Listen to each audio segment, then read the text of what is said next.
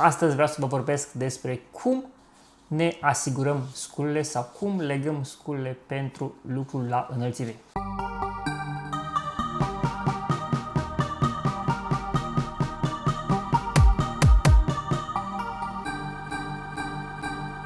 O parte dintre voi deja știu, cei care mă cunosc, sau o parte dintre voi abia acum află. Eu lucrez foarte mult la înălțime, lucrez de ani de zile la înălțime, în diverse proiecte, diverse șantiere, diverse orașe, diverse țări. Un lucru foarte important este să îți asiguri uneltele, sculele și absolut tot ce ții la înălțime trebuie să fie asigurat. Absolut orice sculă cu care lucrezi la înălțime trebuie să fie asigurată, să nu cumva o să o scapi.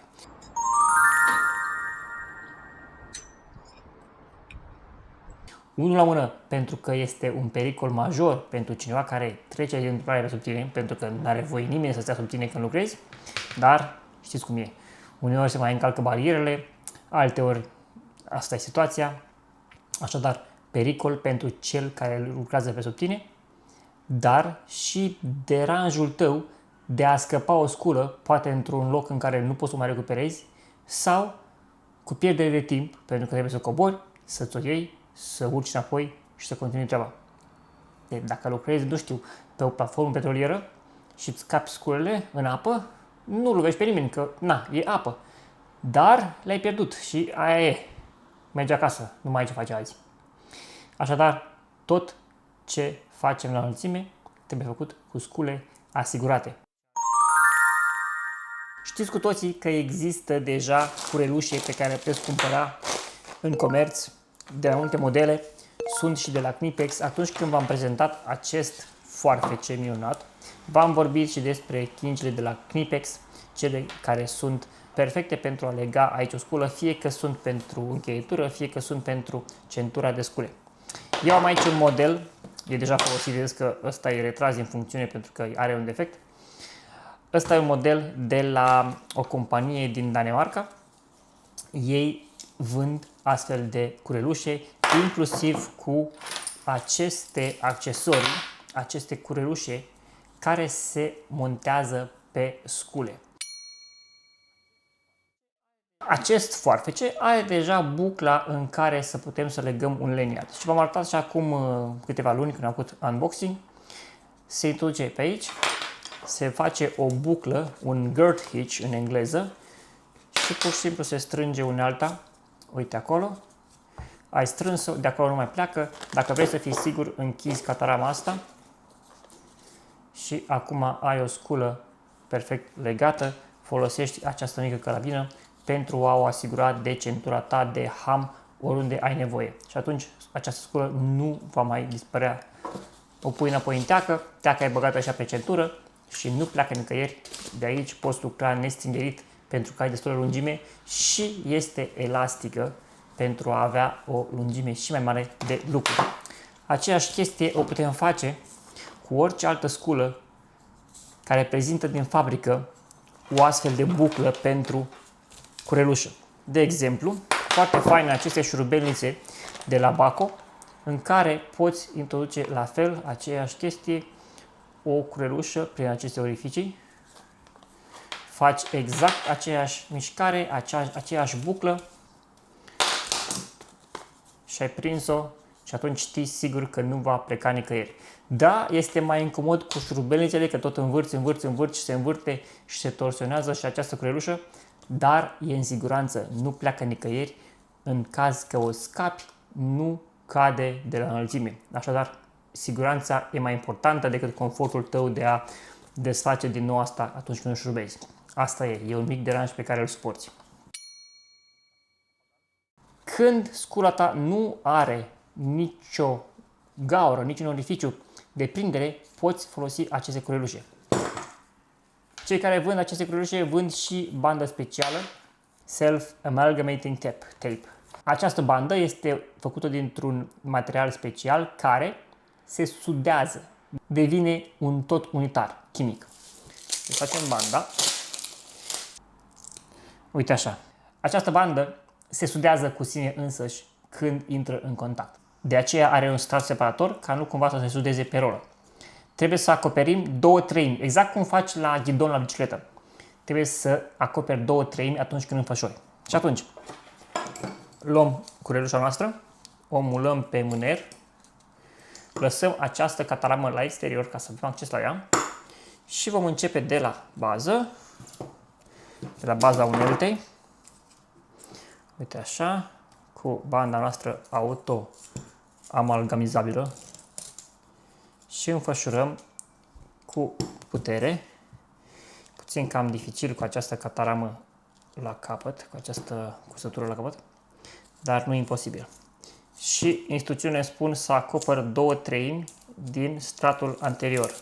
Voi da deoparte stratul alb, izolator, și revin cu banda și strâng bine și acopăr măcar 2/3, dacă nu chiar așa, din stratul anterior. Ea acum, în timp ce se întinde și se unește, devine tot unitar. Uite așa. Și continuăm, la fel, acoperim 2/3 din stratul anterior.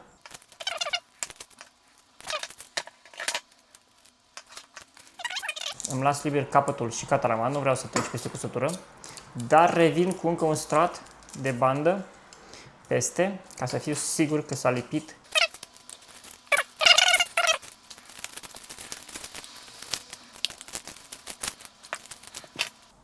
Am încheiat, tai banda și la fel, cum am spus, secretul acestei benzi este faptul că se lipește un strat peste celălalt și devine un tot unitar. Acum am o unealtă asigurată cu un lanyard, cu o curelușă, am o verigă de care să pot să prind orice fel de astfel de curelușă. Ori că prind o carabină direct, dacă am nevoie să o folosesc așa, ori că fac buclă, exact ca mai devreme, un girth hitch dintre ăsta și m-am unit aici, am bucla corectă și am o unealtă gata de lucru. Acest mâner acum nu mă deranjează, este chiar mai aderent, nu ocupă foarte mult spațiu și îmi permite să folosesc unealta în continuare în toți parametrii ei și să o am legată de mine, să nu cumva să o scap. Aceste bucle, conform producătorului, țin până la 3 kg. În funcție de unealta pe care o vei lega, vei folosi alte curelușe și alte mărimi de webbing. Acest chainsaw strap, așa o numesc ei, această buclă sau această curelușă este pentru drujbă sau pentru orice altă sculă cu Safe Work Limit SWL, Safe Work Limit 50 de kg, lungime de 1,3 metri și această curelușă îmi ține până la 50 de kg, adică orice unealtă sub 50 de kg poate fi legată și asigurată cu această curelușă. Pentru că scoasă din ambalaj nu mai știi ce valori are și poți să o folosești la orice, nu este fixă cum este aceasta, fixă prinsă pe o unealtă, asta poate fi scoasă, atunci ai nevoie de această etichetă care să valideze încărcarea maximă pe care o poți suporta.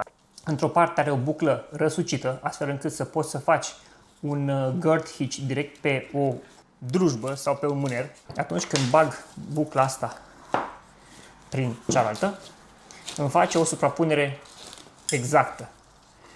Uite ce frumos arată, uite ce frumos se împăturește.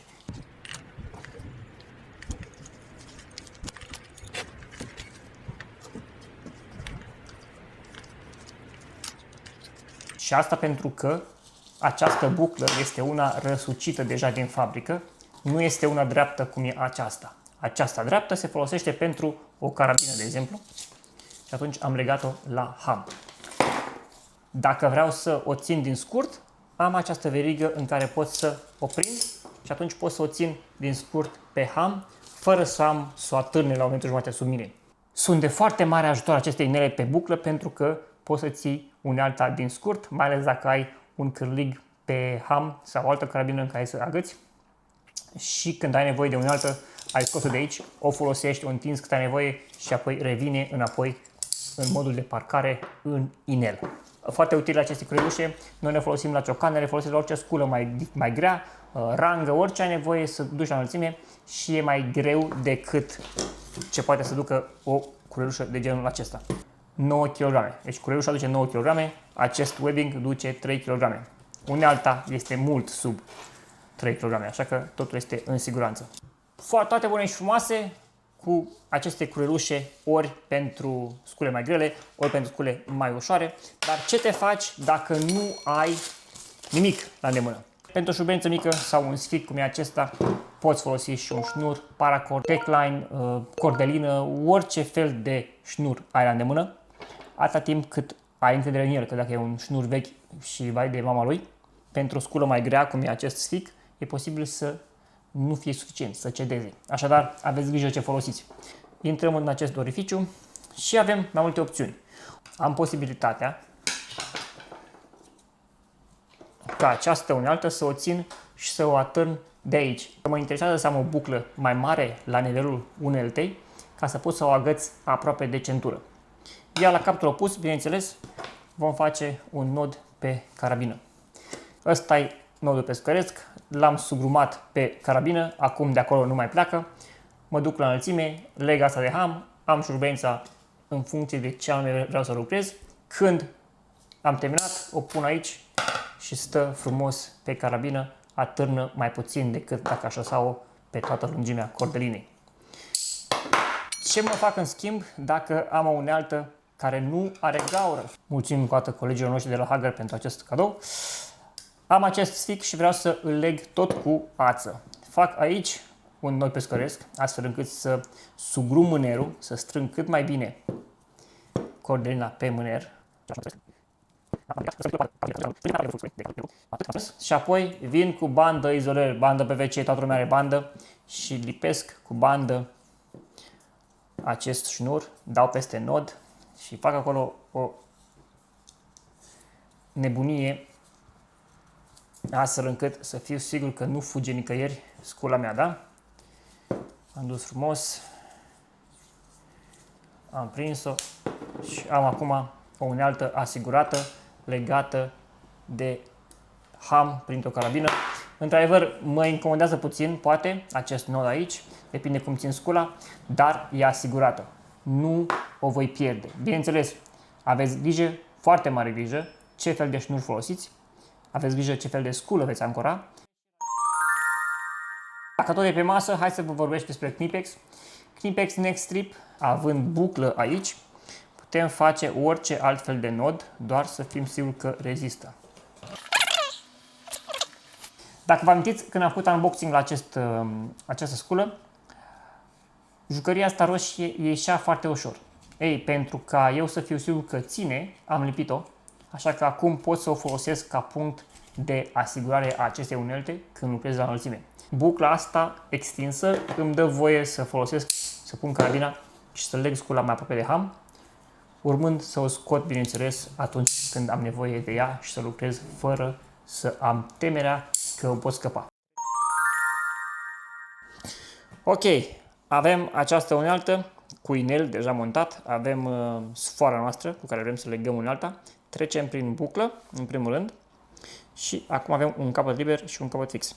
În capătul fix facem o răsucire, da? Avem bucla asta, vedeți că este deasupra, vin cu încă una prin ea, prin această buclă nouă voi trece capătul liber și apoi trag totul și am făcut un nod. Și asta e. Sau, varianta corectă de a face acest nod este în felul următor. Fac bucla aici, vin cu capătul liber, trec prin buclă, ies prin spate și intru înapoi în buclă. Și atunci am obținut acest nod. Astfel. Și acest nod nu se mai desface de aici. Ca să fiu sigur, pot lega și capătul liber, să-i mai fac o buclă.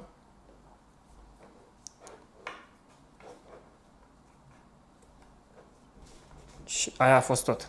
Și acum mi-am legat scula și nu pleacă nicăieri. La capătul opus avem carabina și vom face un nod pescăresc. Avem aici coarda noastră, trecem prin carabină în felul acesta și apoi mă duc o dată, să fac mai lung. Da, mă duc o dată, a doua oară și a treia oară mă întorc și intru prin ambele bucle. Uite, așa trebuie să arate. Și acum acest nod îl pot strânge. Și s-a strâns acolo pe carabină, nu mai pleacă nicăieri. Am o unealtă bine legată, fără probleme. Acest capăt liber, dacă vreau, îl pot da cu puțină bandă.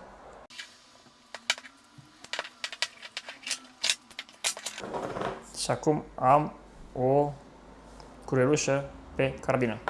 Această unealtă este acum legată, fără probleme. Avem un nod aici și un nod pe carabină și unealta este legată, gata de lucru la înălțime, fără nicio problemă. Cum am spus, având această verigă deja aici, pot să folosesc ca să țin scula aproape de mine, să-mi stea pe centură astfel, da? La îndemână, fără să o pierd. Bineînțeles că o voi scoate atunci când am nevoie de ea și pot să lucrez la lungimea maximă permisă de acest șnur.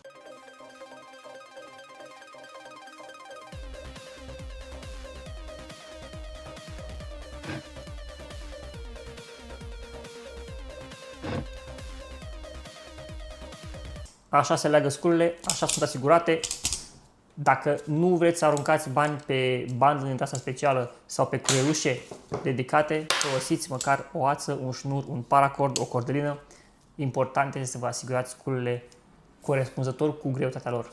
Vă recomand să vă luați și voi câteva dacă lucrați la înălțime și să vă asigurați toate sculele, absolut toate. Nu vă jucați cu, în primul rând, siguranța celor din jur și în al doilea rând cu sculele voastre, că dacă le pierdeți, aia e. Chiar dacă nu sunt de firmă, chiar dacă vedeți, eu n-am călușe la Knipex. Știu că există, știu că sunt, dar eu le am pe astea, că așa m-a prins vremea. Sunt foarte mulți producători care fac astfel de kingi. Astea elastice sunt cele mai bune pentru că ocupă puțin loc, dar se întind ca să poți să accesezi ce ai nevoie. Astfel de curelușă poate fi folosită și pentru o bormașină sau pentru scule mai grele, pentru că asta duce 50 de kg. Dar nu o să poți să folosești un astfel de șnur pentru că nu ai garanția că ține. Și dacă cumva ai așa ceva, se întâmplă, Doamne ferește, o tragedie, o încurci. Pentru că chestia asta nu ți-o certifică nimeni. Nu poți să garantezi nimănui. Pe când asta, oficial, este și scrie pe ea că este făcută să ducă 50 de kg. Așadar, orice unealtă ai folosi sub 50 de kg, dacă se întâmplă ceva cu ea, producătorul răspunde. Nu răspunzi tu. La un șnur răspunzi tu. Bine, la o șurubeniță nu prea contează, că nu o să se rupă de la un șnur de la o mică șurubeniță. Dar aveți grijă ce faceți, stați în siguranță și păstrați siguranța la locul de muncă și pentru cei din jurul vostru.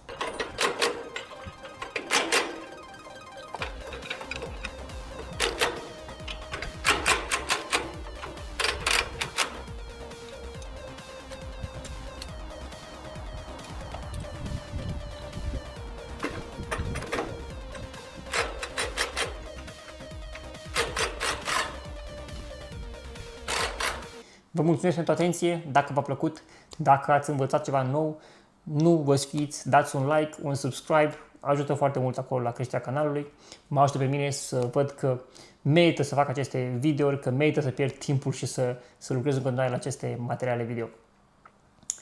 Nu uitați, dacă aveți orice fel de feedback, vă aștept în comentarii, contează foarte mult și comentariile la toată chestia asta, crește canalul dacă lumea interacționează și comentează. Ador feedback-ul în privat, dar îl ador mai mult în comentarii ca să putem să închegăm comunitatea și să vorbim cu toții aici împreună. Vă mulțumesc și ne vedem la clipul următor. Pa, pa! Bandă auto-amalgamată. Bandă auto-amalgama. Amalga. Amalga.